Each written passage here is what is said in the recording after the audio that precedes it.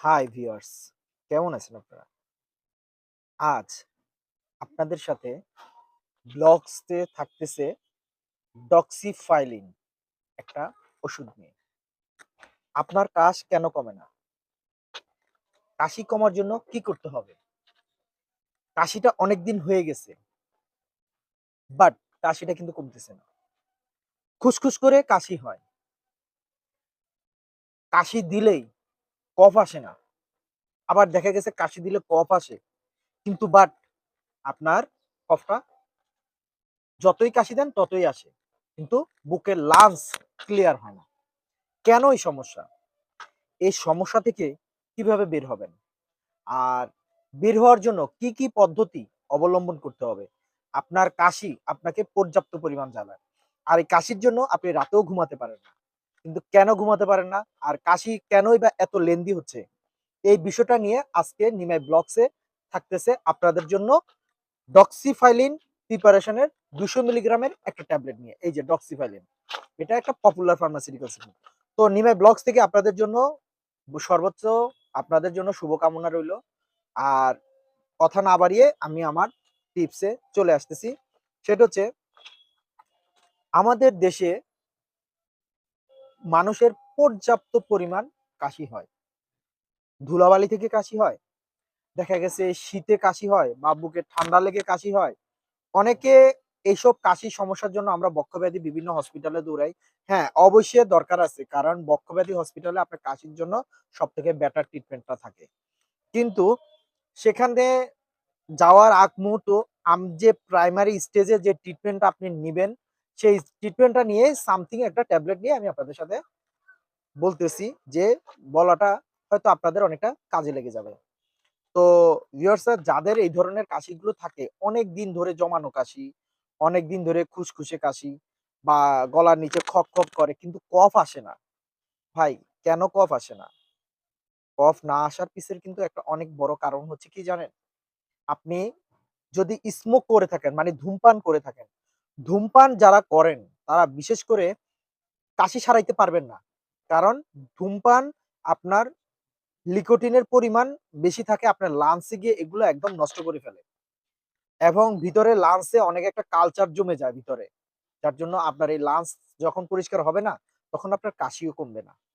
তো সর্বোপরি কথা হচ্ছে ফার্স্ট যদি আপনি কখনো মনে করেন যে আপনার কাশি হয়ে গেছে, আপনি কাশি কমাইতে পারতেছেন না, তাহলে কি করবেন জানেন? এট ফার্স্ট যদি আপনি ধূমপান করে থাকেন, তাহলে ধূমপানটা থেকে আপনি বিরত থাকবেন।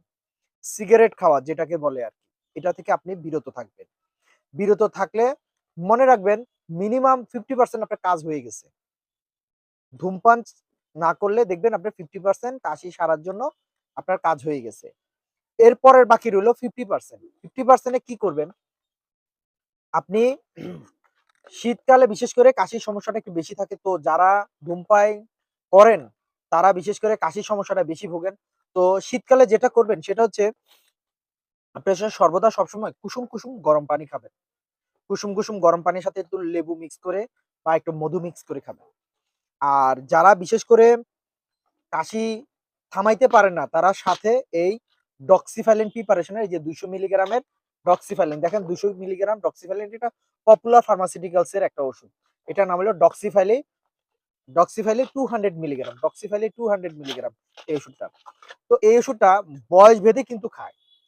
যদি আপনি ৪০ এর নিচে থাকেন তাহলে এই ২০০ এমজি টা খাবেন। আর যদি ৪০ এর উপরে চলে যান তাহলে এটার একটা ৪০০ এমজি আছে। এটা বিভিন্ন কোম্পানির বিভিন্ন ব্র্যান্ডে আছে। বিভিন্ন ব্র্যান্ডের আছে। আপনারা ব্র্যান্ড বুঝে আপনারা ভালো দেখে খেয়ে নিবেন। আমি জাস্ট আপনাদেরকে একটা ব্র্যান্ড দেখাইলাম। এটা পপুলার ফার্মাসিউটিক্যালস এর একটা ব্র্যান্ড। আমি আপনাদেরকে দেখাইলাম। তো এই ডক্সিফাইলিন ওষুধটা মূলত আপনার ঠান্ডা, কাশি, বুকের ভিতরে জমানো কফ এগুলা নিরূপণ করে। এই ট্যাবলেটটা সকালে একটা রাতে একটা ডক্টররা ২ বেলা করে ডোজ দিয়ে থাকেন।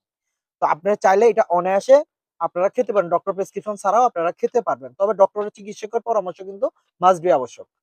তো যাই হোক আমি প্রাইমারি স্টেজে আপনাদেরকে প্রাইমারি ট্রিটমেন্টটা দিয়ে থাকি। তো প্রাইমারি ট্রিটমেন্টের পরে আমরা বলে দিই সর্বদা সবসময় আপনি ডক্টরের সাথে যোগাযোগ করে নিবেন। কারণ ডক্টরের কনসালটেন্ট ছাড়া আপনি তেমন কোনো মেডিসিন খাবেন না। এটা আমরা বলে রাখি। হ্যাঁ, কিন্তু প্রাইমারি স্টেজে যেটা খেতে পারবেন ওইটার উপরে বেস করে আমি একটা টিপস দিয়ে থাকি আপনাদেরকে। তো আমার বলা হইলো আপনারা যারা এই ডক্সিফ্যালিন প্রিপারেশনের ওষুধটা বাজারে পাবেন, খেতে পারেন।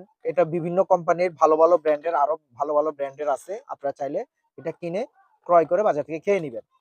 আর যাদের ধূমপান করেন না, দেখা গেছে কাশি থাকে, তো তারা কি করবেন? তারাও ঠিক এইভাবেই মনে করেন এই ডক্সিফ্যালিন ওষুধটা সকালে একটা রাতে একটা খাবেন। এটার সাথে মনে করেন আরো অন্যান্য ট্যাবলেট আছে যেগুলো আপনি চাইলে খেতে পারেন এটার সাথে এড করে, যা আপনার ভালো কাজ করার জন্য। তো আপনি এই ট্যাবলেটটা খেলে সকালে একটা রাতে একটা দুবেলা করে খাবেন। এটা অনেকদিন খেতে হয়। যেমন ধরেন ১৫ দিন, ২০ দিন বা ১ মাস এরকম খেতে হয়। এরকম খেলে দেখা গেছে আপনার প্রবলেমটা খুব আর্লি সেরে যাবে। বুকের জমানো কফ পাতলা হয়ে যাবে। বড় শক্ত জমানো আঠালো কফ থাকলে সেটা পাতলা হয়ে যাবে। আর ইভেন আপনার কাশির যে সমস্যাটা আছে ওইটা সেরে যাবে। তারপরে আপনি যদি ধূমপান করে থাকেন সেটাও সেরে যাবে। তবে ধূমপানটা কিছুদিনের জন্য অফ করে দিলে আস্তে, আস্তে মোটামুটি আল্লাহর রহমতে এটাও সেরে যাবে। আর সর্বোপরি কথা হচ্ছে যে এইটা বুকের যে জমানো কফটা আছে, কফটা পাতলা করে। এটার সাথে জাস্ট একটা সিরাপ এড করে খাবেন। ভালো দেখে একটা ব্র্যান্ড সিরাপ আমার ব্লগসে দেখবেন অনেকগুলো টুকিটাকি অনেকগুলো সিরাপের দেওয়া থাকে। আপনার ব্লগস দেওয়া আছে ওখান থেকে এই ট্যাবলেটটা আর সিরাপ একটা এড করে খাবেন।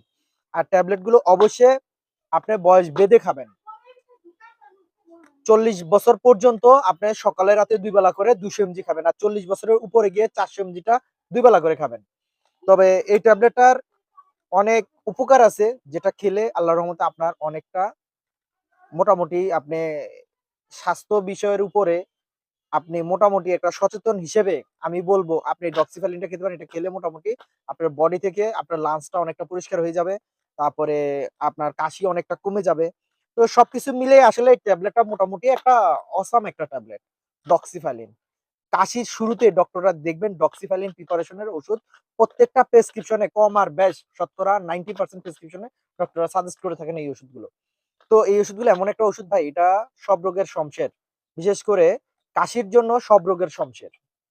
কাশির জন্য। সব রোগ বলতে কিন্তু আমি সব রোগ বলি নাই। এটা কাশির জন্য সকল রোগের শমশের। মানে কাশিজনিত যত রোগ আছে সকল রোগের শমশের এই ওষুধটা। এই ওষুধটা থাকবেই থাকবে। এটার সাথে মন্টিলুকাস্টো থাকে। আমার কাশি কমাইতে হলে অনেকগুলো ওষুধ এড করা লাগে। কিন্তু বাট আমি আজকে জাস্ট এই ডক্সিফ্যালিন প্রিপারেশনটার উপরে আমি আপনাদের সাথে আলোকপাত করছি ভাই। যাদের সমস্যা আছে তারা এটা খেতে পারেন। সাথে একটা কাশির সিরাপ এড করে খাবেন। মোটামুটি আল্লাহর রহমতে আপনার অনেকটা ভালো উপকার হয়ে যায়। একবারই যদি না পারেন সেক্ষেত্রে আরো ট্রিটমেন্ট আছে যেটা আমি আমার নেক্সট ভিডিওতে আপনাদেরকে আবার বলব। তো আমরা মূলত বললাম এটাই যে কাশি যাদের আছে তারা মূলত ডক্সিফ্যালিনটা খাবেন। সাথে কোনো কাশির সিরাপ-টিরাপ এড করে খাবেন। আর এইটা যারা এই ব্র্যান্ডটা যাদের পছন্দ না তারা চাইলে আরো অন্যান্য ব্র্যান্ড আছে কিন্তু ব্র্যান্ডটা ভালো। অনেক কোম্পানি অনেকে চুজ করেন, পছন্দ করেন। তারা চাইলে ব্র্যান্ড দেখে এই ডক্সিফ্যালিন গ্রুপের ওষুধ যে কেউ যার, যার মতো পছন্দ ওয়ারাইজ খাইতে পারেন। এটা অনেক বেটার একটা সিরাপ। ভাই আমার আজকে এত বছরের ওষুধ জীবনে ১৮ বছরের ওষুধ জীবনের অভিজ্ঞতা থেকে আমি ভাই এই ওষুধটা ডক্সিফ্যালিন নিয়ে বললাম। কারণ আমি কোন ব্র্যান্ডের ওষুধ ছাড়া আমি আমার ব্লগস তৈরি করি না। তো আমার ব্র্যান্ড থেকে আমি কাস্টমারের রিভিউ থেকে মনে করেন যে আমি ওষুধগুলো আপনাদের সামনে আমার যতগুলো ব্লগস আপনারা যতগুলো ভিডিও দেখেন আমি এইভাবেই তৈরি করি ভাই। আমি নন ব্র্যান্ড কোনো প্রোডাক্ট নিয়ে কথা বলি না। আমার ব্লগসে সর্বদা সবসময় ভালো, ভালো ওষুধ নিয়ে আমি বলি যাতে আপনারা চিনে খাইতে পারেন। তো যাই হোক, মিমে ব্লগস থেকে আর কি বলবো? যারা কাশির সমস্যায় ভোগেন তারা সাধারণত এই ট্যাবলেট গুলো খেয়ে দেখতে পারেন। আশা করি আল্লাহর রহমতে আপনাদের কাজ হবে। আর নিমাই ব্লগসে যারা চ্যানেল সাবস্ক্রাইব করে নাই তারা চাইলে আমার ব্লগ চ্যানেলটি সাবস্ক্রাইব করে রাখতে পারেন। কারণ আমি এরকম ছোট, ছোট প্রাথমিক অনেক ট্রিটমেন্ট দিয়ে থাকি। তো আমার ট্রিটমেন্ট গুলো যদি টুকিটাকি আপনাদের ভালো লেগে থাকে তাহলে আমার ব্লগস আমার চ্যানেলটা সাবস্ক্রাইব করে রাখবেন। তো আমি আর আসলে এই বিষয় নিয়ে তেমন কিছু বলতে চাই না। আমার সকল ফ্রেন্ডস এবং অডিয়েন্সদেরকে বলব আপনারা ভালো থাকবেন। আল্লাহ হাফেজ। আপনাদের জন্য আমার রইল অনেক, অনেক শুভেচ্ছা, অভিনন্দন এবং আমার হাজারো সালাম। ভালো থাকবেন ভাইয়ারা। আল্লাহ হাফেজ।